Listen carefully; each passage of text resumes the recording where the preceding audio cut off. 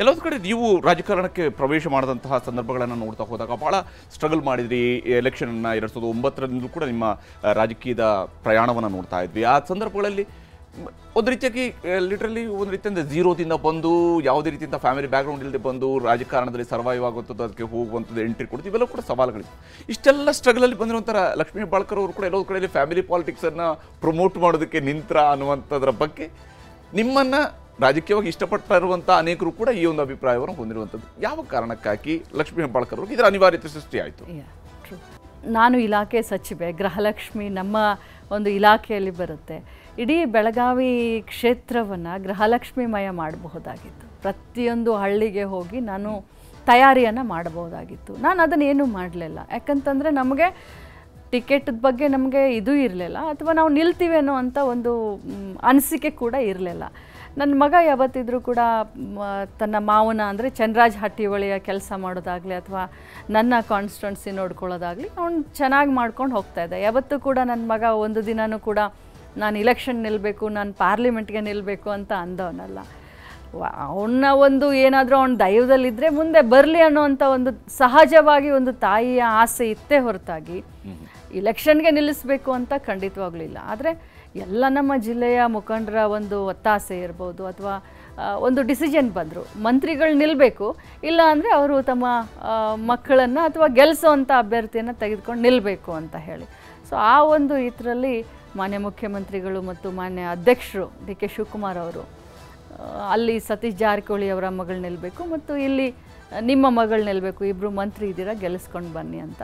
ಈ ಒಂದು ಸಂದರ್ಭದಲ್ಲಿ ಮೃಣಾಲ್ ಹೆಬ್ಬಾಳ್ಕರ್ ಬಂದೇ ಹೊರತಾಗಿ ನಾನು ಎಲ್ಲರಿಗೂ ಹೇಳಲಿಕ್ಕೆ ಬಯಸ್ತೇನೆ, ಒಂದು ತಾಯಿಗೆ ಸಹಜವಾದಂಥ ಆಸೆ ಖಂಡಿತ, ಆದರೆ ಇಷ್ಟು ಬೇಗ ಅಂತ ನಾನು ಅಂದ್ಕೊಂಡಿರಲಿಲ್ಲ. ರಾಜಕೀಯದ ವಿಚಾರಕ್ಕೆ ಬರೋದಿದ್ರೆ ಲಕ್ಷ್ಮೀ ಹೆಬ್ಬಾಳ್ಕರ್ ಅವರೇ, ಮುಖ್ಯಮಂತ್ರಿ ಬದಲಾವಣೆ ಆಗ್ತಾರಾ? ಖಂಡಿತವಾಗ್ಲೂ ಇಲ್ಲ. ಅದೊಂದು ಬಹಳ ದೊಡ್ಡದಾದಂತಹ ಈಗಾಗಲೇ ಇರುವಂತಹ ಆರೋಪಗಳು, ಈ ವಿಚಾರಕ್ಕೆ ಸಂಬಂಧಪಟ್ಟ ಕೋರ್ಟ್ನಲ್ಲಿ ಬಿಜೆಪಿಯವರು ಏನ್ ಬೇಕೋ ಅದನ್ನೆಲ್ಲ ಮಾಡ್ತಾ ಇದ್ದಾರೆ, ನಮ್ಮನ್ನ ಪ್ರವೋಕು ಮಾಡ್ತಾ ಇದ್ದಾರೆ. ಇಂಥ ಘಟನೆಗಳು, ಕೋರ್ಟು ಕಚೇರಿ, ಒಬ್ಬರ ಕಡೆಯಿಂದ ಕಂಪ್ಲೇಂಟ್ ಕೊಡಿಸೋದು, ಇನ್ನೊಬ್ಬರ ಕಡೆಯಿಂದ ಮತ್ತೆ ಕಂಪ್ಲೇಂಟ್ ಕೊಡಿಸೋದು, 1, 2, 3 ಈಗ ಮುಖ್ಯಮಂತ್ರಿ ಆಯಿತು, ಈಗ ಮಂತ್ರಿಗಳ ಮೇಲೆ ಕೂಡ ಶುರು ಹಾಕಿದ್ದಾರೆ. ಅವರು ಏನೇ ಮಾಡಿದರೂ ಕೂಡ ನಮ್ಮ ಸರ್ಕಾರ 5 ವರ್ಷ ಕಂಪ್ಲೀಟ್ ಮಾಡುತ್ತೆ, ನಮ್ಮ ಮುಖ್ಯಮಂತ್ರಿಗಳು ಗಟ್ಟಿಯಾಗಿ ಕೂತ್ಕೊಳ್ತಾರೆ. ಕ್ಯಾಬಿನೆಟ್ ರೀಶಫಲ್ ಆಗುತ್ತೆ? ಅದು ನನ್ನ ಹಂತದಲ್ಲಿ ಇಲ್ಲ. ಅದು ಏನೇ ಇದ್ರೂ ಕೂಡ ಹೈಕಮಾಂಡ್ ಡಿಸಿಷನ್ನು, ಮಾನ್ಯ ಮುಖ್ಯಮಂತ್ರಿಗಳ ಪ್ರಿವ್ಯೂ.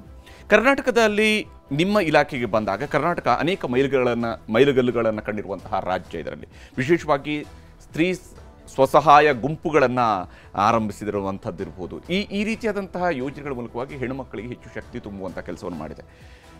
ಈ ನಿಟ್ಟಿನಲ್ಲಿ ನೀವು ಎಷ್ಟರ ಮಟ್ಟಿಗೆ ನಿಮ್ಮ ಇಲಾಖೆಯಲ್ಲಿ ಹೊಸದಾದಂಥ, ಓಕೆ ಒಂದು ಗ್ಯಾರಂಟಿ ಸ್ಕೀಮ್ ಕೊಡ್ತೀರಿ, ಹಣ ಕೊಡ್ತೀರಿ, ಅದೆಲ್ಲ ಓಕೆ, ಅದರ ಹೊರತಾಗಿ ಹೊಸತನವನ್ನು ಹೆಣ್ಣುಮಕ್ಕಳಿಗೆ ಒಂದು ಸಬಲೀಕರಣ ತರೋದಕ್ಕೆ ಸಾಧ್ಯ ಆಗುತ್ತೆ? ನಿಮ್ಮ ಯೋಚನೆಗಳು ಏನಿದ್ದಾವೆ ಇದರಲ್ಲಿ?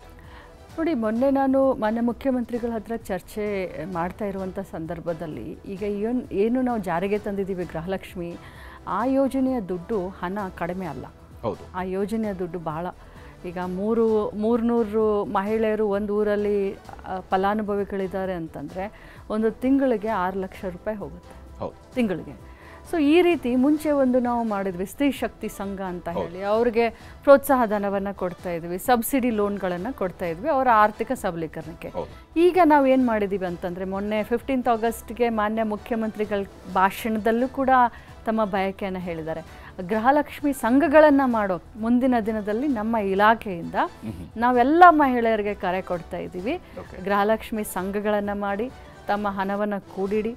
10 ಲಕ್ಷ, 15 ಲಕ್ಷ, 20 ಲಕ್ಷ ಆದಾಗ ಏನೋ ಒಂದು ಒಳ್ಳೆ ಬಿಸ್ನೆಸ್ಸನ್ನು ಮಾಡ್ಬೋದು. 100 ಜನ ಮಹಿಳೆಯರು ಸೇರಿಕೊಂಡು 5 ತಿಂಗಳು ಹಣ ಸೇರಿಸಿದ್ರೆ ಅಲ್ಲಿಗೆ 20 ಲಕ್ಷ ಆಯಿತು. ಆ ಹಣದಿಂದ ಅವರು ಎಂಥ ದೊಡ್ಡ ಒಂದು ಬಿಸ್ನೆಸ್ಸನ್ನು ತೆಗಿಬೋದು. ಫ್ಯಾನ್ಸಿ ಸ್ಟೋರನ್ನು 10,000 ರೂಪಾಯಿದಲ್ಲಿ ಇಡೋ ಅಂಥವ್ರು ಅದಕ್ಕೆ ಬೇಕಾದಂತಹ ರೂಟನ್ನು ಕರೆಕ್ಟಾಗಿ ಮಾಡಿಕೊಡುತ್ತೆ. ಖಂಡಿತವಾಗ್ಲೂ ಮಾಡಿಕೊಡ್ತೀವಿ. ಅವ್ರಿಗೆ ಬ್ಯಾಂಕಿಂಗ್ ಸಿಸ್ಟಮ್ ಆಗಲಿ, ಅವ್ರಿಗೆ ಯಾವ ರೀತಿ, ಈಗಾಗಲೇ ಅವರು ತುಂಬ ಮುಂದಿದ್ದಾರೆ ಗೃಹಲಕ್ಷ್ಮಿಗಳು. ಈ ಏನು ಧರ್ಮಸ್ಥಳ ಸಂಘ, ಸ್ತ್ರೀ ಶಕ್ತಿ ಸಂಘ ಅಂತ ಅವ್ರಿಗೆ ವ್ಯವಹಾರ ಜ್ಞಾನ ತುಂಬ ಇದೆ.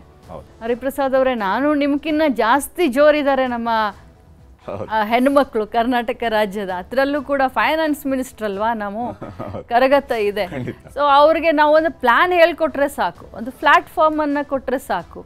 ಓ ಅಕ್ಕ ಹೇಳಿದ್ದಾರೆ ಈ 10 ಲಕ್ಷ ರೂಪಾಯಿದಿಂದ ಒಂದೇನೋ ಬಿಸ್ನೆಸ್ಸನ್ನು ಒಂದು 10 ಜನ ಮಹಿಳೆಯರು ಸೇರಿ ಮಾಡಬಹುದು ಅಂತ. ಅವರೇ ದುಡಿಬೋದು, ಅವರೇ ಬಂಡವಾಳ ಹಾಕ್ಬೋದು, ಅವರೇ ಮಾರ್ಕೆಟಿಂಗ್ ಮಾಡ್ಬೋದು, ಆ ದುಡ್ಡನ್ನು ಡಬಲ್ ಮಾಡ್ಬೋದು. 2,000 ಅಂತೂ ಇದು ತಿಂಗಳ ಬಂದಿದ್ದೇ ಇದು, ಯಾವುದೇ ಕಾರಣಕ್ಕೂ 2,000 ಸ್ಟಾಪ್ ಆಗೋದಿಲ್ಲ. ನಾನೇನು ಹೇಳ್ತೀನಿ ಅಂದರೆ ಗೃಹಲಕ್ಷ್ಮಿಯ ಸಂಘ ಅಂತ ಹೇಗೆ ಸ್ತ್ರೀ ಶಕ್ತಿ ಸಂಘ ಮಾಡಿದ್ವಿ, ಹಾಗೆ ಗೃಹಲಕ್ಷ್ಮಿಯ ಸಂಘ ಮಾಡಿ 100 ಜನ ಮಹಿಳೆಯರು 5 ತಿಂಗಳ ದುಡ್ಡನ್ನು ಸೇರಿಸಿ ನೀವು ಒಂದು ಬಿಸ್ನೆಸ್ಸನ್ನು ಶುರು ಮಾಡಿ, ಗುಡಿ ಕೈಗಾರಿಕೆಯನ್ನು ಶುರು ಮಾಡಿ. ಅಷ್ಟೇ ಯಾಕೆ, ಒಂದೊಂದು ಊರಲ್ಲಿ 3,000 ಮಹಿಳೆಯರು, ಅಂದರೆ ದೊಡ್ಡ ದೊಡ್ಡ ಹಳ್ಳಿಗಳಲ್ಲಿ 3,000 ಮಹಿಳೆಯರು ಬರೀ 2 ತಿಂಗಳ ಹಣವನ್ನು ಕೂಡಿಸಿದ್ರೆ ಎಷ್ಟಾಗುತ್ತೆ? 60 ಲಕ್ಷ ರೂಪಾಯಿ.